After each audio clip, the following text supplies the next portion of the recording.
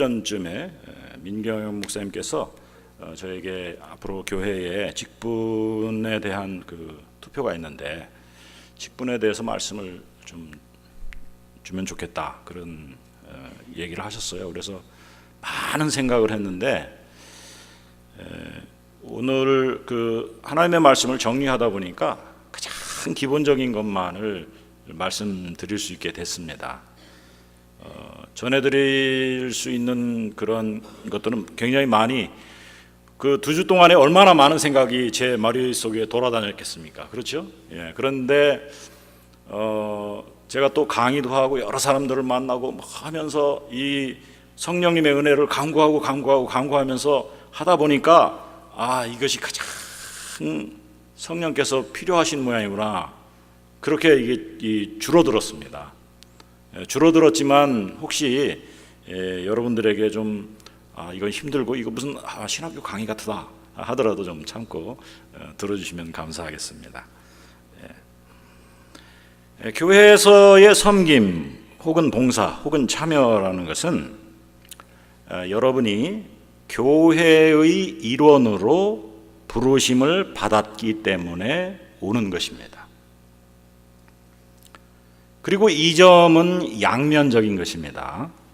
여러분의 개인의 입장에서 봤을 때에 여러분의 의사 선택에 의해서 어느 교회를 선택해서 나온 것입니다. 그것은 분명합니다. 그렇죠? 그렇지만 성경의 교훈에서 봤을 때 여러분은 가장 우선적으로 영적인 측면에서 그리스도의 몸의 지체로 부르심을 받은 것입니다. 그러니까 우리가 하나님의 말씀에 대한 지식이 깊지 않을 때는 자신의 개인적인 입장에서 주로 생각하고 말하게 됩니다. 이거 내가 선택해서 내가 나온 거고 내가 봉사를 결정하는 거예요. 그렇죠?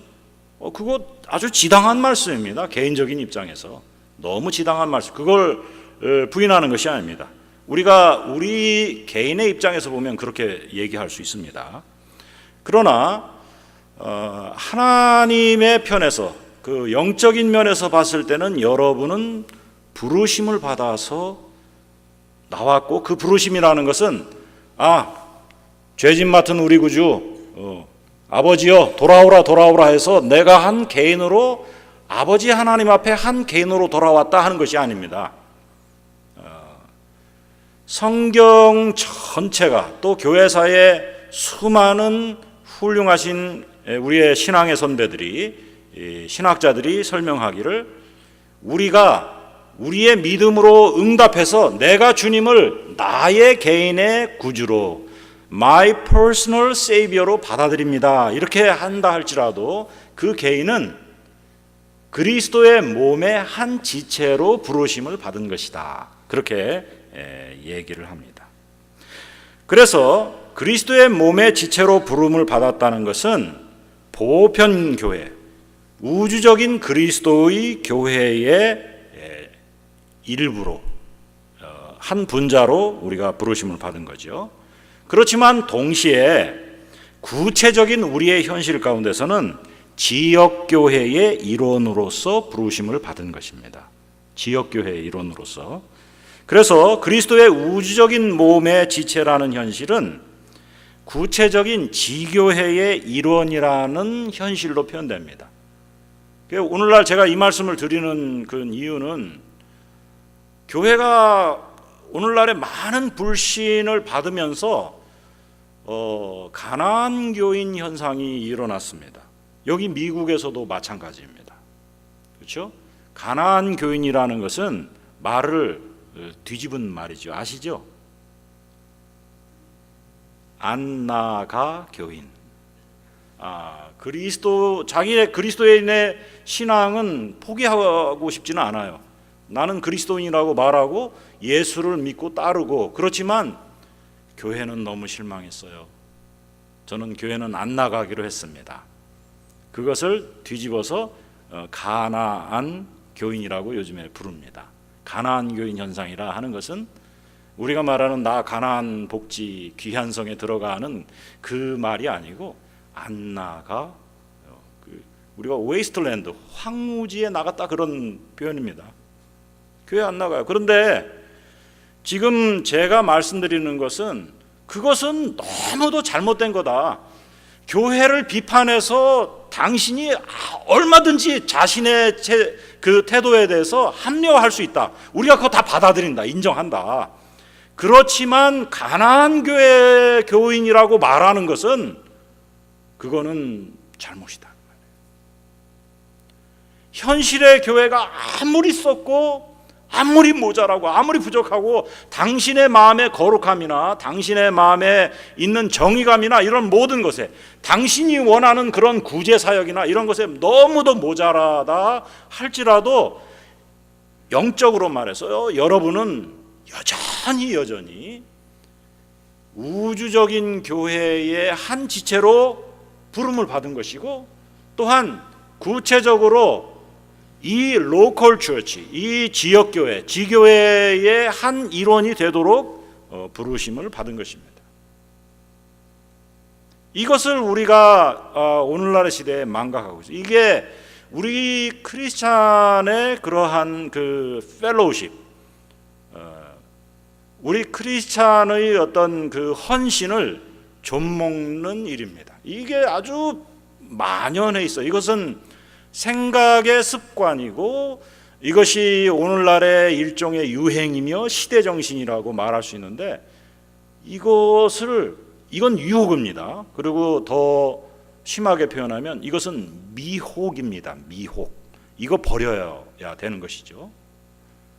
우리가 아무리 자신이 신학적으로 더 잘 알아서 더 좋다 할지라도 그것은, 그 지식을 주신 이유는 현실 로컬 처치에서, 지교회에서, 지역교회에서 섬기도록 부르심 때문에 그런 지식이 생겨나는 것입니다. 부르심 때문에. 이 점을 우리가 생각해야 됩니다. 그래서 신앙이라는 것은 나의 선택이라는 측면도 명확히 존재하지만 동시에 하나님의 신비스러운 섭리를 통한 특별한 부르심이라는 차원이 함께하는 것이죠.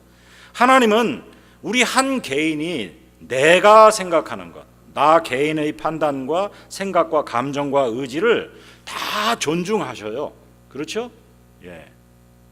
여러분들의 생각을 다 존중하시는데, 그래서 내가 다른 교회가 아니고 나침반 교회에 나오도록 선택한 것이죠. 그렇죠?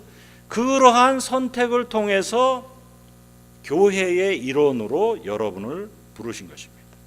그래서 하나님의 역사는 매우 신비하지요. 그렇죠? 하나님은 나의 의지적인 선택과 나의 믿음을 쓰셔서 나를 그리스도의 몸인 교회의 지체로, 교회의 한 부분으로 부르신 것입니다. 손으로, 다리로, 발로, 눈으로, 코로, 입으로, 그렇죠? 우리 그 그리스도의 몸 전체의 한 어떤 지체가 되도록 그렇게 부르신 것입니다. 그런데 오늘의 말씀에서 또 보는 것은, 오늘의 말씀에 13절, 형제들아 너희가 부르심을 입었다 그랬죠. 부르심을 입었다. 그런데 무엇을 위해서 부르심을 받았느냐? 무엇을 위해서 부르심 받았다 그랬죠? 자유를 위해서. 맞습니다. 자유를 위해서. 교회에서의 섬김과 봉사의 가장 중요한 기초는 자유입니다. 자유. 이 자유는 성경이 말하는 자유를 뜻합니다. 우리가 그냥 말하는 그런 자유와는 조금 다른 것입니다. 성경이 말하는 자유는 영적인 자유를 말합니다. 여러 측면을 말할 수 있겠지만 가장 기본적으로 성경이 말하는 것, 신약 성경이 특별히 말하는 것은 죄와 죽음의 권세에서 벗어난 자유를 말합니다. 우리 다 같이 따라해 봅시다. 죄와 죽음의 권세에서 벗어난 자유.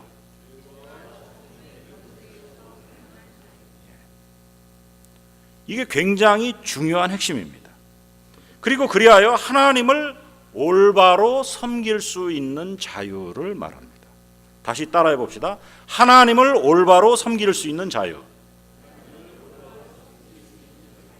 예. 우리 복음주의 교회 안에서는 죄와 죽음의 권세에서 벗어난 자유에 대한 강조는 상당히 하는 편이죠. 그런데 그건 그 사실에만 주로 집중하는 경향이 있습니다. 실질적으로 우리의 자유라는 것은 거기서 벗어나서 그럼 무엇을 위한 자유냐? 무엇을 위한 자유냐? 그것은 하나님을 섬기는 자유. 이전에는 우리가 하나님을 바르게 섬길 수 없었어요.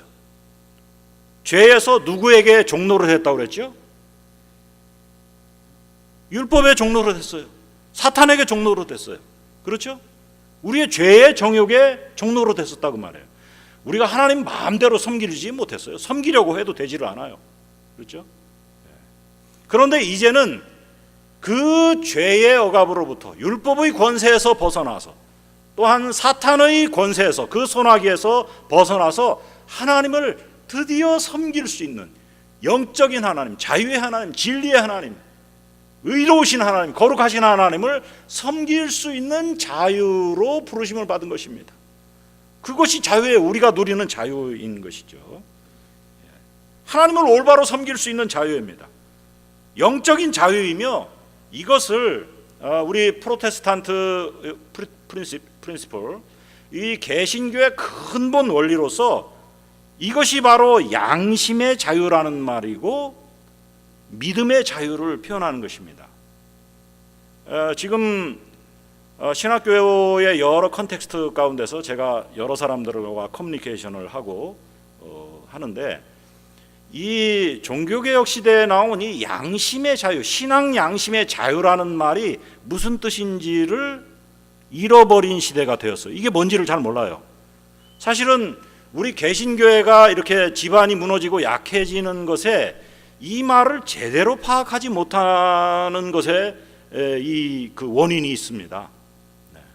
이 양심의 자유라는 것은 좀 전에 제가 설명드린 대로 이런 죄와 사망의 권세, 마귀의 권세로부터 리버레이션, 그렇죠? 우리가 그걸 영어로 하면 liberatedness 그렇게 얘기할 수 있죠. 해방된 상태, 이 자유 때문에 무엇이 편해졌다는 것이죠? 우리의 양심이.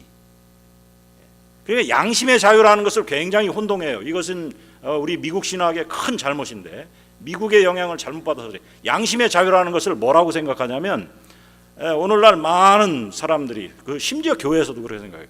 그것은 솔직한 거다 그렇게 생각해요. 양심의 자유라면 내가 솔직하게 얘기하는 거예요. 예를 들어서 어떤 사람이 있으면 그 사람이 좀 싫으면 당신 싫어 이렇게 말하는 내 자유라는 거예요. 그런 솔직함을, 그런 프랭크네스를 그거를 양심의 자유라고 생각해요. 절대 그렇지 않습니다. 양심의 자유라는 것은 하나님을 향해서 내 양심이 자유를 얻었다 그런 뜻입니다. 내가 이렇게 그 죄책감에 몰려가지고 다니지 않고 진정 양심이 자유하다. 내가 얻은 이 자유를, 영적인 자유를 거부할 수 없고 부인할 수 없다. 나 이거 없다고 말할 수가 없다 그 말입니다. 마틴 루터가 보름스 회의에서 황제가 교황과 함께 신문할 때에 너 그 잘못된 거 가르치지? 그 유명한 말이죠. Here I stand. 그렇죠? 나는 달리 어떻게 할 수가 없다. 내가 지금 주여 내가 여기 서 있습니다. 여러분 내가 여기 있는 그대로 서 있습니다. 내 양심대로 서 있습니다. 그것은 그 양심의 자유라는 것은 이러한 신앙의 자유를 말하는 것입니다. 이 신앙의 자유는 그리스도의 복음으로 말미암아서 내가 얻은 이 근본적인 영적 자유를 내가 부인할 수 없다 그런 뜻입니다. 이거를 혼동해요. 양심의 자유라면 그냥 솔직하게 내 있는 대로 그대로 다 얘기하면 다 되는 건 줄 알아요. 이것이 교회를 좀먹고 있어요. 이런 정신들이. 그렇죠? 우리가 믿음의 자유라는 것은 바로 이런 자유입니다. 믿음의 자유라는 말은 내 믿음대로 마음대로 한다는 뜻이 아니고 하나님의 대속의 어린 양인 그리스도를 믿는 믿음으로 말미암아서 하나님을 향해서 설 수 있고 하나님 앞에 나아갈 수 있는 양심의 자유, 믿음의 자유, 하나님을 드디어 이제 신뢰할, rely on, trust in 할 수 있는 그런 자유를 얻었다 그런 말입니다. 그래서 교회의 섬김은 이 근본적인 자유에서 비롯되는 것입니다. 그래서 이것을 우리가 하나님을 섬길 수 있는 자유, 또는 지체를 사랑할 수 있는 사랑의 자유라고 표현할 수 있겠습니다. 그래서 성경이 자유라는 말을 쓸 때에 기초적으로 해방된 상태, liberatedness의 의미를 기본으로 삼으면서 그 해방을 기초로 해서 확보되는 살아남이 있는 거예요. 살아나요. 양심의 자유를 얻으면 살아나게 돼 있어요. 우리 예를 들어서 우리 집들에서 꼬마들이 쿠키든지 뭐 꿀이든지 뭐든지 그 어렸을 때 그거를 조금 높은 데 뒀는데 왜 의자 같은 거 놓고 이렇게 하다가 그냥 그 꿀병 같은 거서 사탕 이걸 딱 같이 떨어뜨리면서 넘어진다 이 말이에요. 그럼 그걸 막 치우고 다시 올려놓으려고 안 되는 거예요. 그럼 어떻게 됩니까? 마음이 너무 무겁지요, 어둡지요. 누가 그랬어? 제가 그랬습니다. 근데 거기에서 그 고백을 할 때 무엇이 일어납니까? 자유가 일어나요. 해방이 일어나는 것입니다. 그렇죠? 살아나요. 거기에서부터 다시 살아나요. 그러니까 성경이 말하는 자유라는 말은 생명이라는 것과 아주 밀접한 관계가 있어요. 생명이 살아나는 거예요. 하나님을 향해서 우리의 영적인 생명이 살아나는 자유를 표현하는 것입니다. 그래서 살아나는 생명의 발휘로서의 프리덤, 그런 자유, 생명이 뻗어나가고 하나님의 창조 세계의 공간 안에서 자리 잡고 활동하면서 이게 만개해 나가는 그런 자유예요. 그것을 성경이 표현하는 말이 무엇이냐면 그것을 샬롬이라 그렇게 표현합니다. 그러니까 자유가 있어야 양심이 편해지고 우리 생명이 살아나요. 그러니까 살아남으로써 무엇이 이루어져요? 우리 가운데 평화가 일어나요. 그 샬롬이 일어나요. 샬롬이라는 말은 그래서 사실 우리가 쓰는 말로 평안, 평화 이렇게 하면 부족한 거예요. 샬롬이라는 말은 번영 그런 뜻입니다. 우리가 생명이 번창한다 그런 뜻입니다. 샬롬, 그것은 생명력이 막 발휘돼서 번창하는 그런 표현을 말합니다. 섬김이라는 것은 바로 그것을 말합니다. 갈라디아서 오늘의 본문 안에서 그 점을 어떻게 표현하고 있냐면 성령을 따라 행하는 것이다 그렇게 설명해 줍니다. 소극적인 의미에서의 해방과 적극적인 의미에서의 생명과 그 활동, 그 섬김의 자유는 어디서부터 오냐면 성령을 따름으로써 오는 것입니다. 그리스도인들의 봉사와 섬김은 바로 이 자유에 기초합니다. 그냥 자유가 아니지요. 섬겨야 자유가 있는 것입니다. 섬겨야. 그리고 이 자유가, 이 섬김이 그리스도의 몸을 살리는 것이죠. 그래서 만일 우리 그리스도의 몸된 교회 안에서 이러한 영적인 해방과 적극적인 의미에서 생명력을 발휘하는 발휘로서의 자유가 우리 공동체 안에서 약동하지 않으면 거기에서 그늘이 생겨나고 갈등이 초래되게 되어 있습니다. 목회적인 센스로서 혹은 현실 속에서 교회를 해오는 데 익숙해서 또 교회 생활을 하면서 교회 생활을 하기의 감각으로서 우리에게는 한 사람의 그리스도인이 봉사자로서 직분자로서 교회를 섬길 준비가 되어 있는지를 측정할 수 있는 어떤 기준들을 생각합니다. 그렇죠?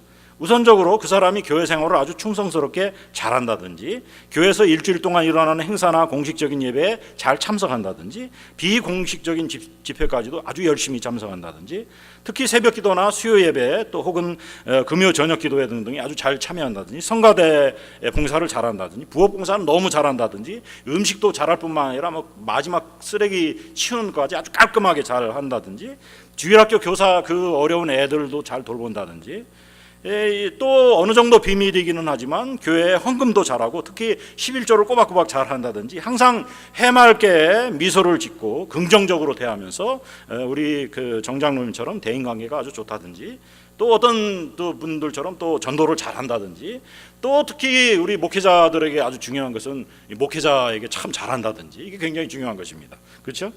또 성도들끼리 대접을 잘한다든지, 이런 여러 기준들과 요점들을 우리가 생각합니다. 이러한 사안들은 실제로 매우 중요한 것입니다. 그것이 그 사람의 영적 기초와 자유와 성장을 보여주는 중요한 믿을 만한 지표이기도 합니다. 그리고 현실의 교회에서 제가 지금 언급한 이러한 점들은 아주 높은 점수를 여기서 받는다. 그분은 아주 훌륭한 교인이죠. 얼마나 훌륭한 교인입니까? 정말 훌륭한 교인입니다. 그러나 저는 주님의 교회가 그러한 중요한 지표들을 우선적으로 그것이 1번이다 이렇게 봐서는 안 된다고 말씀드리는 것입니다. 그 지표들은 아주 중요한 참조 사항들입니다. 제 말을 이해하셨죠? 중요한데 참조 사항이라 그 말이에요. 주님의 교회에서 직분자로서 섬길 분들의 가장 중요한 1차적인 이것이 기본이다 그 말이에요. 그것은 각 사람이 진정으로 그리스도의 십자가와 부활의 죄사함의 권세로 말미암아서 죄와 죽음과 사탄의 권세로부터 해방되었음을 알고 그것을 누리는 영적 자유가 그들 가운데 있느냐. 실질적으로 그런 영적 자유가 그 사람에게서 발견되느냐 하는 게 가장 기초라 그 말입니다. 그렇죠? 그래서 그 영적 자유로부터 이거 중요해요. 인격이 성장하고 있느냐 그거예요. 신앙 성장이 이루어지고 있느냐 진짜. 그렇죠? 또 여기 성경적 언어로 새 생명이 자라나고 있느냐. 다시 말해서 새로운 삶을 향해 하나님께서 성령을 통해서 인도하시는 예전의 과거의 삶이 아니라 새로운 삶을 향해서 생명의 그런 자유가 이렇게 쫙 뻗어나가고 있느냐. 그것이죠. 그래서 교회에서의 봉사, 헌금, 주일 성수, 한 주간의 교회 행사와 예배에 참석, 구역 예배, 가정 예배 등등 여러 활동이 그러한 영적 자유를 누리는 생명의 표현일 수 있지만 전혀 아닐 수도 있어요. 왜 그렇죠? 우리는 속이는데 아주 선수예요. 얼마나 잘 속이는지 몰라요. 깜빡 속을 수도 있어요. 깜빡 속을 수도. 그래서 우리는 이 차이를 할 수 있는 한 인지하고 식별하고 읽어내야 됩니다. 이건 그렇게 해야 돼요. 당신이 뭐기에 나를 판단해? 그렇지 않아요. 이건 영적으로 저절로 판단되도록 되어 있습니다. 그렇죠? 교회의 현실적인 필요 때문에 이 점에서 타협이 일어나서는 안 됩니다. 이를테면 교회가 건물을 크게 짓는다든지 구역을 확장한다든지 가정예배를 신설한다든지 성가대를 더 파워 있게 한다든지 하는 여러 필요들이 있습니다. 그래서 당장에 그 일을 하는데 협조가 될 수 있는 사람들을 섭외하고 또 그 사람들도 적극적으로 거기에 호응해서 직분자가 될 수가 있습니다. 그렇죠? 그렇게 해서 타협할 수가 있어요. 그리고 저도 목사니까 그 얼마나 큰 유혹인지 몰라요. 지금 좀 실제로는 내가 영적으로 봐서 그 사람 분명히 부족한데요. 영적으로 모자라도 좀 성장이 덜 되었어도 좀 의심스러운 구석이 있어도 집에서 분명히 아내를 두드려 패는 사람인 것 같아. 이런다든지 집에서 절제 없이 그러한 그 엑스무비를 보는 것 같아.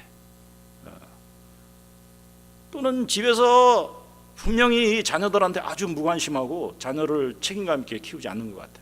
성경에서 그거 굉장히 중요한 기준이거든요. 그런 게 분명히 보임에도 불구하고 지금 당장 겉으로 이렇게 사람들 앞에서 잘하는 것 같으니까 목사들이 그렇게 생각합니다. 먼저 세운 다음에 잘 교육시켜서 어엿한 일꾼이 되도록 만들겠다. 이렇게 생각하는 것이죠. 그렇죠? 그러한 야무진 꿈을 갖습니다. 이게 목회자들의 우리 굉장히 큰 시험거리입니다. 교회에서 일을 하면서. 그리고 참 다행히도 하나님의 은혜로 실제로 그렇게 되는 이들이 있어요. 정말 은혜 받아가지고 부족했는데 사람이 일을 하면서 정말 사람 돼요. 우리 한국식으로 말하면 저 망난이었는데 군대 갔다 오더니 사람 됐네. 이런 것처럼 교회에서 막 그 훈련하고 다지고 그런 분들은 대부분 사회생활이 뭔지 교회생활이 뭔지를 몰랐다가 이렇게 익숙해지면서 거기서 그걸 깨닫는 것입니다. 이렇게 봉사를 하니까 좋구나, 즐겁구나, 생명이 자라나는 것이죠. 그런데 반대의 경우가 훨씬 많죠. 대체로 그런 야무진 꿈은 큰 실망과 후회를 되돌려줍니다. 그렇게 되어 있습니다.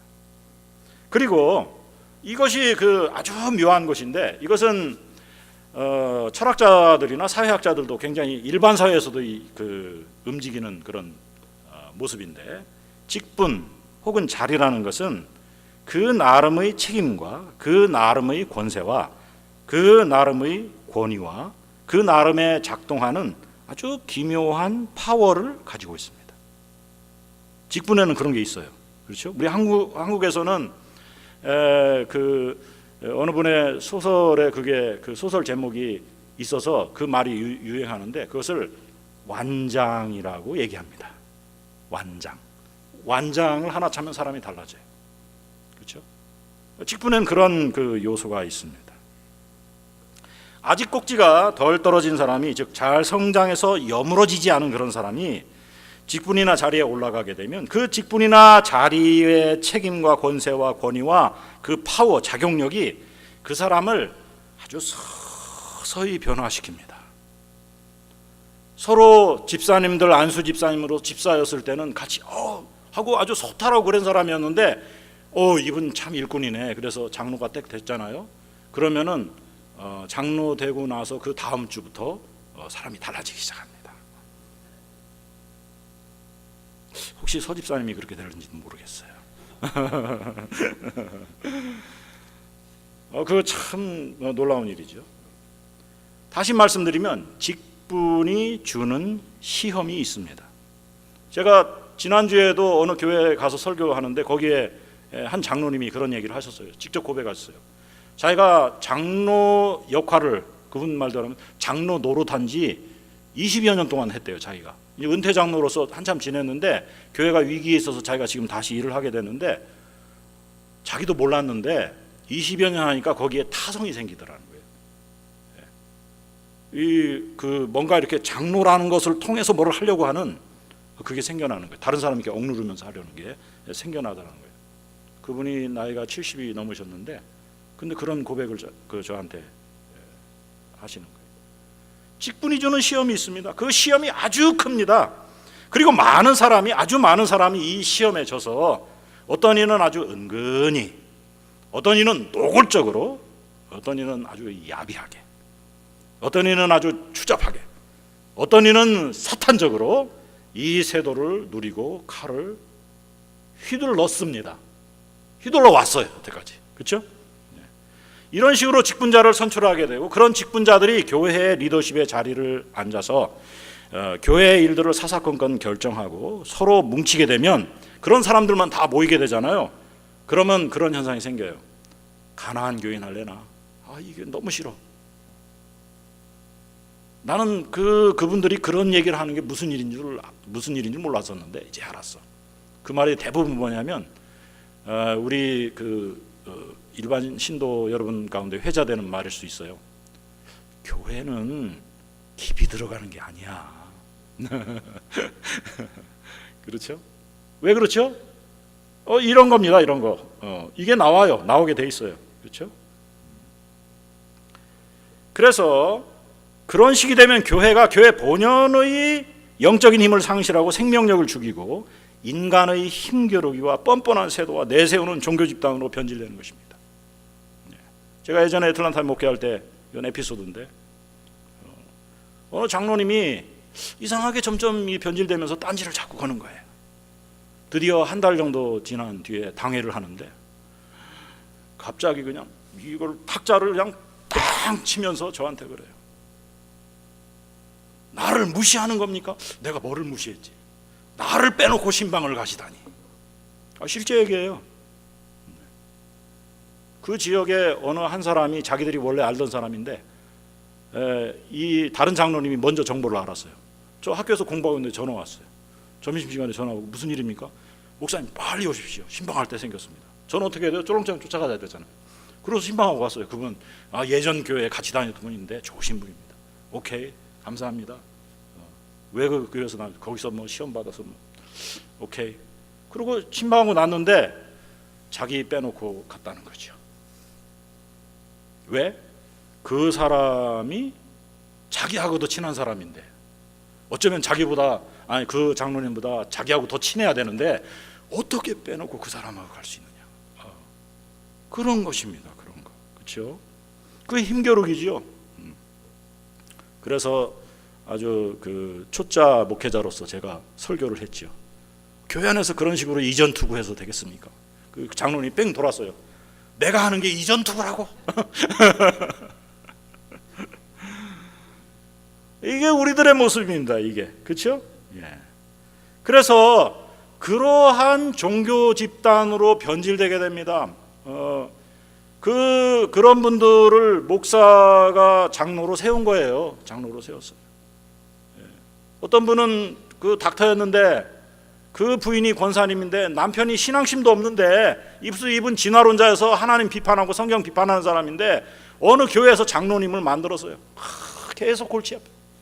교회 가는 데마다 장로로서 사사건건 얼마나 네거티브한 정신을 교회에 쏟아내는지. 누가 그분을 장로로 만들었어요? 우리 한국식의 풍습이 그거예요.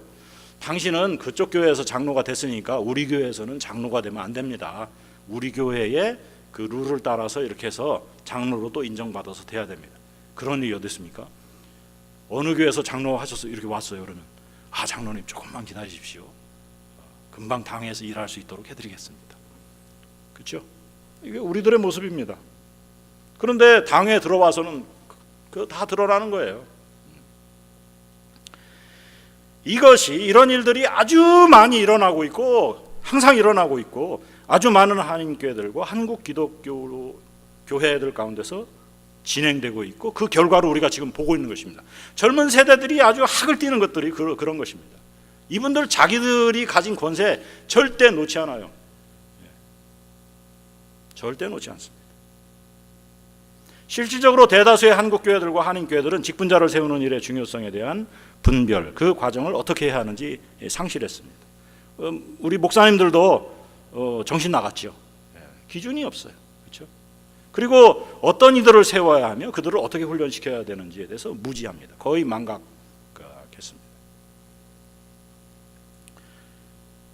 심지어 많은 교회들은 자기들에게 가장 중요한 목회자를 어떻게 찾는지 어떻게 세우는지도 모릅니다. 그 알력이 얼마나 심한지. 그렇죠? 언제나 허둥지둥이죠. 그와 비슷하게 한 개 교회에서 직분자들을 세우는 일에서도 직분자들을 어떻게 세우는지 어떤 이들을 세워야 하는지 어떤 과정을 통해서 검증하고 세워야 하는지를 거의 상실했습니다. 물론 투표하는 방식들을 다 잘 알고 있어요. 그렇죠? 사람을 뽑아야 되니까 3분의 2 정확히 알죠. 그런 거에 대해서는. 그렇죠? 그런 그 외적인 형식들에 대해서는 많이 알아요. 하도 싸워서 잘 알고 있습니다. 그렇지만 왜 어떤 사람을 어떻게 세우는지를 놓치는 것이죠. 오늘의 말씀은 우리가 부르심을 받은 영적 해방과 영적인 자유와 그러한 그 생명의 삶이 사랑으로 발휘되어야 한다고 말합니다. 그것은 그냥 이제 죄악의 권세에서 죽음의 공포에서 사탄의 손아귀에서 벗어났구나. 아이고 얼씨구 좋다. 자기 마음대로 그렇게 살아가는 그런 게 아닙니다. 이제는 해방이니 내 자유다. 내 마음대로다. 내가 믿는데 이런 사람들이 한국교회 얼마나 많은지 몰라요. 젊은이들도 얼마나 많은지 몰라요. 나 믿어. 내가 믿으면 됐지. 당신이 무슨 상관이야. 목사라고 말이야. 여전히 꼰대 노릇하고 훈장 노릇하려고 훈장질한다고 그래. 듣지를 않아요. 나도 믿는 사람이다. 그렇게 얘기를 하는 것입니다. 그렇죠? 제가 처음에 말씀드렸듯이 믿음의 자유, 양심의 자유라는 것은 결코 그런 것이 아닙니다. 영적 자유와 영적인 생명의 자유, 삶의 자유는 사랑을 통해서 뻗어나가는, 다시 말씀드리면 사랑을 이루는 자유입니다. 이것이 아주 중요한 비밀입니다. 잘 생각해 보시면, 자 우리가 논리를 해봅시다. 여러분들 혼자 자기 집에서 자기 방에 있으면 혼자 무슨 짓을 해도 누가 무슨 상관을 할 거예요. 그렇죠? 아무런 상관을 하지 않습니다. 우리 여자분들 얼굴에다가 완전히 얼굴을 그림판으로 삼아서 온갖 그림을 다 드리고 다 해보고, 그렇죠? 온갖 화장품 다 찍어서 모양을 만들어보고 화가가 되잖아요. 그렇죠? 그 다음에 거기서 또 패션쇼 하잖아요. 다 입어보고. 누가 그거 뭐라고 하겠습니까? 그렇죠? 누가 뭐라고 하겠어요? 아무도 그렇게 뭐라고 하지 않습니다. 그렇죠? 그런데 정말 혼자 있을 때는 춤을 추든 늘어져 자든 뭐 담배를 피우든 뭐를 하든 혼자 아무도 개의치 않는 거예요. 그러나 그 옆에 또 그 앞에 상대할 사람이 한 사람이라도 생겨나면 그러면은 그걸 의식해야 돼요. 그렇죠? 그런데 사람이 적으면 서로 마음이 맞을 수가 있어요. 둘이 그냥 서로 마음이 맞으면 둘이 무슨 짓을 하든지 서로 아무런 상관을 하지 않을 수 있어요. 둘이 미친 짓을 해도 둘이 함께 미쳐도 누가 그거 뭐라고 하지 않는 것이죠.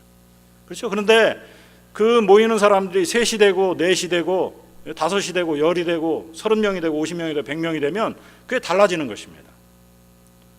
보세요. 제가 지금 얘기하는 논리가 그것입니다. 나는 영적인 자유를 믿음으로 그리스도의 복음으로 말미암아 믿음의 자유를 갖고 있어요. 그렇지만 그것에 대해서 내 양심이 하나님 앞에 올바르게 직고합니다. 그러나 우리와 함께하는 사람들이 늘어나고 공동체가 생겨나면 어떻게 돼요? 거기에 제한이 생겨나요. 나는 자유로움에도 자유롭지 못한 거예요. 그런데 그게 정상이라 그 말입니다. 그렇죠? 우리 예를 들어서 혼자 독창하면은 우리 강 집사님처럼 혼자 해가지고 그냥 멋있게 이제 찬송했다. 그거 누가 뭐라고 하지 않아요. 그런데 오중창을 하려고 하는데 강 집사님이 혼자서 이렇게 얘기하면 소리를 내면 집사님 소리는 좋은데 우리 지금 중창하고 있잖아요. 그렇게 되잖아요. 우리 성가대 찬양하면 같이 맞춰야 되잖아요. 지휘하는 사람이 지휘의 손길에 같이 맞춰요. 아름다운 화음을 그래서 만들어낼 수 있죠. 혼자 되지 않아요. 그렇죠? 피아노 반주자가 같이 반주를 하는데 중창이 같이 맞춰야 돼. 지휘자의 손길에 맞춰야 되죠. 그렇죠? 나는 차이콥스키 콩쿠르에서 피아노로 이게 입상한 사람이에요. 내가 내 마음대로 할 수 있어. 오케이. 혼자 할 때는 혼자 할 수 있어요. 그렇죠? 그렇지만 그 지휘자가 한국에서 추계예술대학 나와서 별로 나는 차이콥스키 콩쿠르에 1등한 사람이야. 그래도 아무리 그래도 반주예요. 반주 같이 맞춰야 돼요. 그럼 그 사람이 자유가 없느냐? 자유 있어요. 자유 있어요. 그런데 그 자유는 어우러져서 함께 나오는 것입니다. 이 영적인 자유라는 것은 그것입니다. 우리가 말하듯이 요즘에는 이제 저는 골프를 전혀 안 치니까 모르지만 골프를 칠 때도 골프를 스윙을 하면 그 법칙에 따라서 사람들이 설명하는 가장 적합한 그 폼의 스윙을 해서 타점으로 그걸 맞춰야 가장 정확하게 잘 나가죠. 그렇죠? 저는 모르지만 아무튼 그러신 것 같아요. 골프 잘 치시잖아요. 예. 그러니까 그렇게 돼야 돼요. 그 퍼팅도 그 원칙대로 따라가야 돼요.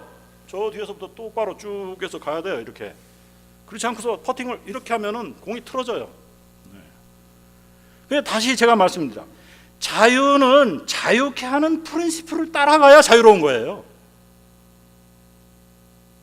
그렇죠? 그러니까 우리가 커뮤니티를 이루면 우리 신앙의 자유라는 것은 내가 내 마음대로 천만에 그렇지 않아요. 당신이 하나님 앞에서 양심적으로 자유로운 건 오케이, 내 인정해요. 그러나 우리 함께 가는 것입니다. 함께 하는 프린시플이 있어요. 함께 가는 것입니다. 그게 그 묘한 미스테리예요. 그게 신앙의 자유라고 말해요. 그렇죠? 이 말씀 전체가 지금 표현하는 것이 바로 그것입니다.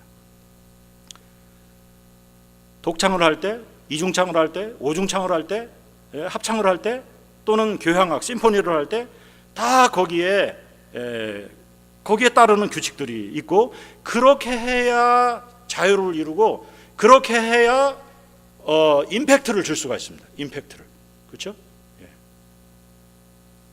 여러분들이 그 골프의 스윙을 이렇게 한다고 아무리 잘 배웠다 할지라도 타이거 우즈처럼 허리를 돌리지 않으면 그럼 아무 소용이 없어요. 그렇게 되지 않아요.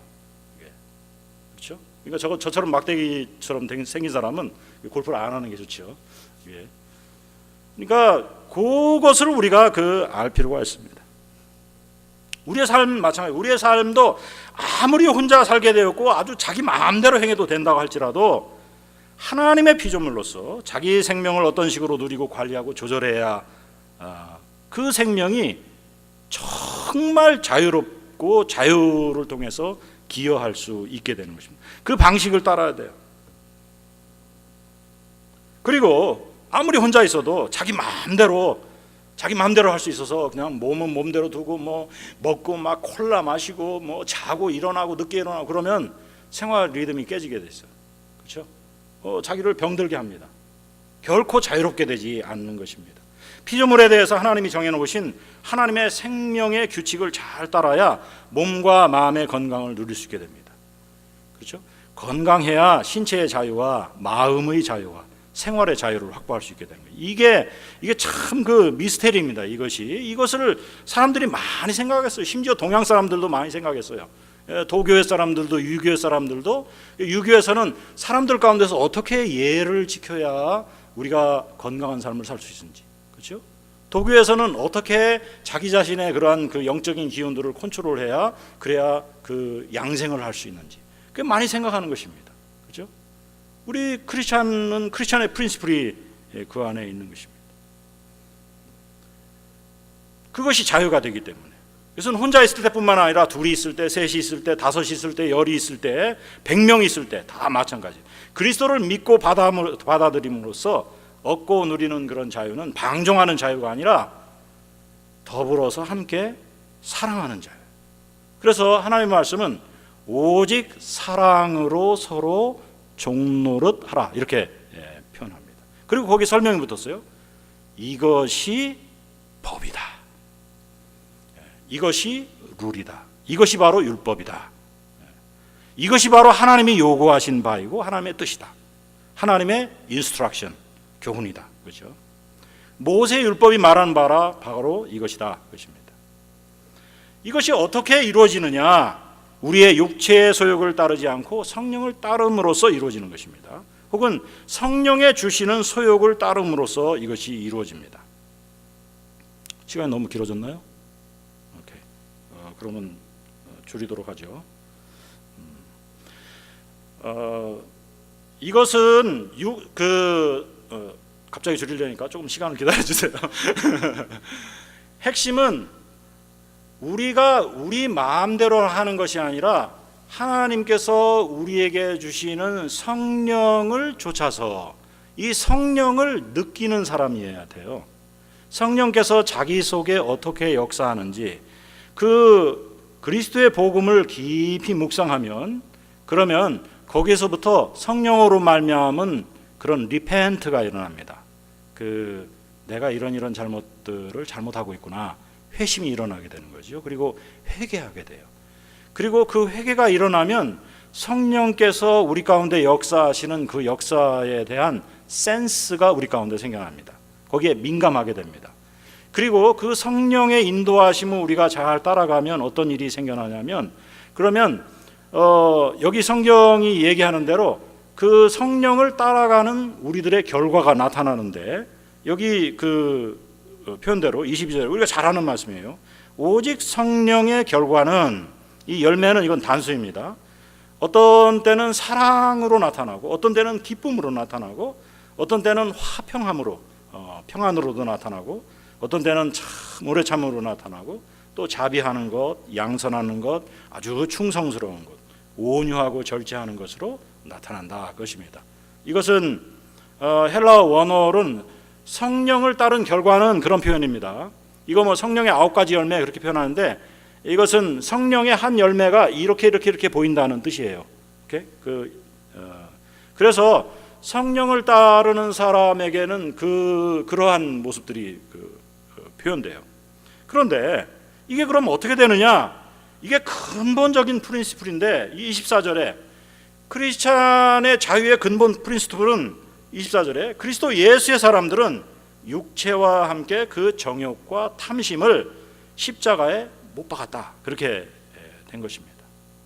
이것이 근본적인 프린시플이다. 그것입니다. 그러니까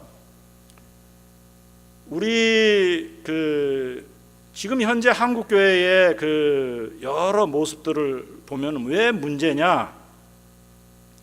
우리가 교회로서 사람들이 모이면 사람들이 내추럴리 갖고 온 여러 달란트, 여러 성격들을 그것을 어떻게 빨리 활용하느냐에 관심이 많아요. 그런데 그렇기 때문에 실질적으로는 표면상으로는 멋지고 좋은 교회를 이루고 활동을 하는데 그 근본적으로 교회가 이 세상 가운데서 역사할 수 있는 하나님의 성령의 능력이 교회를 통해서 전달되지 않는 것이죠. 교회의 거룩함이 나타나지 않습니다. 교회의 의로움이 나타나지 않습니다. 그 의로움이란 보이기 위한 것이 아니고 진정 사람들에게 기여하는 그런 능력이 나타나지 않는 것이죠. 지금 바로 이 점에서 한국교회는 아주 큰 시험에 들었습니다. 그리고 그런 것에 관심이 없는 많은 목회자들까지도 나와서 큰 교회를, 대교회를 이루게 되었습니다. 그러니까 능력이 없는 그런 교회가 된 것이죠. 그렇죠? 그러니까 이 근본적인 프린시플을 깊이 생각하고 이 프린시플이 나의 속에서 어떻게 움직여 나가고 있는가, 그리고 이 프린시플이 나의 크리스찬의 영적인 자유를 어떻게 만들어내는가. 그리고 오늘 말씀의 핵심으로, 이건 다 잘라버렸기 때문에 그냥 갑니다. 말씀의 핵심으로 우리의 교회 안에서의 진정한 섬김이라는 것은 바로 여기에서 나오는 것입니다. 한 개인이 내가 신앙의 자유로서 이 교회를 향해서 무엇을 섬길 수 있을 것인가, 어떻게 섬길 수 있을 것인가. 그랬을 때에 사도 바울이 여기에 말하는 것이 이것입니다. 25절에서부터 뒤에 그 6장 5절까지 제가 읽습니다. 만일 우리가 성령으로 살면 또한 성령으로 행할지니 헛된 영광을 구하여 서로 노엽게 하거나 서로 투기하지 말지니라. 형제들아, 사람이 만일 무슨 범죄한 일이 드러나거든 신령한 너희는 온유한 심령으로 그러한 자를 바로잡고 너 자신을 살펴보아 너도 시험을 받을까 두려워하라. 그리고 제목으로 삼은 것, 너희가 짐을 서로 지라. 그리하여 그리스도의 법을 성취하라. 만일 누가 아무것도 되지 못하고 된 줄로 생각하면 스스로 속임이라. 각각 자기의 일을 살피라. 그리하면 자랑할 것이 자기에게는 있어도 남에게 있지 아니하리니 각각 자기의 짐을 질 것이니라. 그래서 우리가 정말 그리스도를 따르고 그리스도를 영적으로 섬기는 자라면, 그러면 여기에 있는 대로 성령의 열매를 갖는 그런 자라면 여기에 나오는 대로 교회 안에서 서로의 짐을 짊어지는 것입니다. 그리고 여기는 서로의 짐을 짊어지는데 각자 자기 짐을 진다. 이게 어긋나는 것 같죠? 라지컬리는 어긋나는 것 같아요.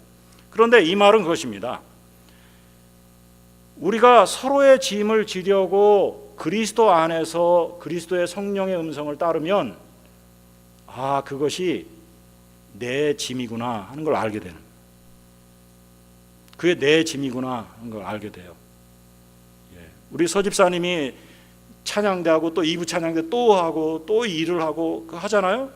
그런데 이게 내 일이다 이렇게 처음에 생각했겠습니까? 아니죠. 이렇게 하면서 그것을 하게 된 것입니다. 그렇죠. 그 짐을 기꺼이 짊어진 거죠. 그리고 그게 자기의 짐이에요. 우리 가운데 보여지는 어떤 영역들이 나의 짐이 되는 것입니다. 우리 민 목사님이 하나님께 순종하면서, 하나님의 말씀에 순종하면서 목회를 해나갑니다. 그런데 우리 정장로님과 전장로님과 여러 장로님들이 함께 힘을 모아서 함께 그 일을 합니다. 근데 그게 서로 짐을 지는데 그게 자기의 짐이에요. 그게 함께 가는 것입니다. 그렇죠? 함께 가는 것입니다. 왜? 우리가 한 그리스도의 몸이기 때문에, 한 지체가 되었기 때문에. 그래서 여기에 우리들이 22절 23절 오직 성령의 열매는 사랑과 희락과 화평과 오래 참음과 자비와 양성과 충성과 온유하실지니 이 같은 것을 금지할 법이 없느니라. 이 말씀을, 이 성령의 열매를 맺고 성령을 따르는 것을 우리는 지금까지 여지껏 이걸 개인적인 것에만 적용해 왔어요. 그 천만에 그렇지 않습니다. 이것은 매우 교회적인 것입니다. 관계 가운데서 일어나는 것입니다. 하나님께서는 이러한 열매가 우리들의 관계 가운데 하나의 지체로서 이 교회 공동체 전체 가운데서 일어나기를 바라시는 것입니다. 이건 절대 개인 덕성을 말하는 것이 아닙니다. 개인 적성이 나 혼자 이렇게 나는 잘해. 그래서 어떤 일이 벌어지냐면 저는 참 잘 믿는 사람이에요. 그런데 교회에 개입하는 건 별로 좋아하지 않아요. 저는 제가 아는 한 최선을 다해서 교회에 봉사하고 섬기도록 할 테니까 나를 직분자로 부르지는 마십시오. 그거는 그런 생각 굉장히 많이 하지 우리가. 그렇죠?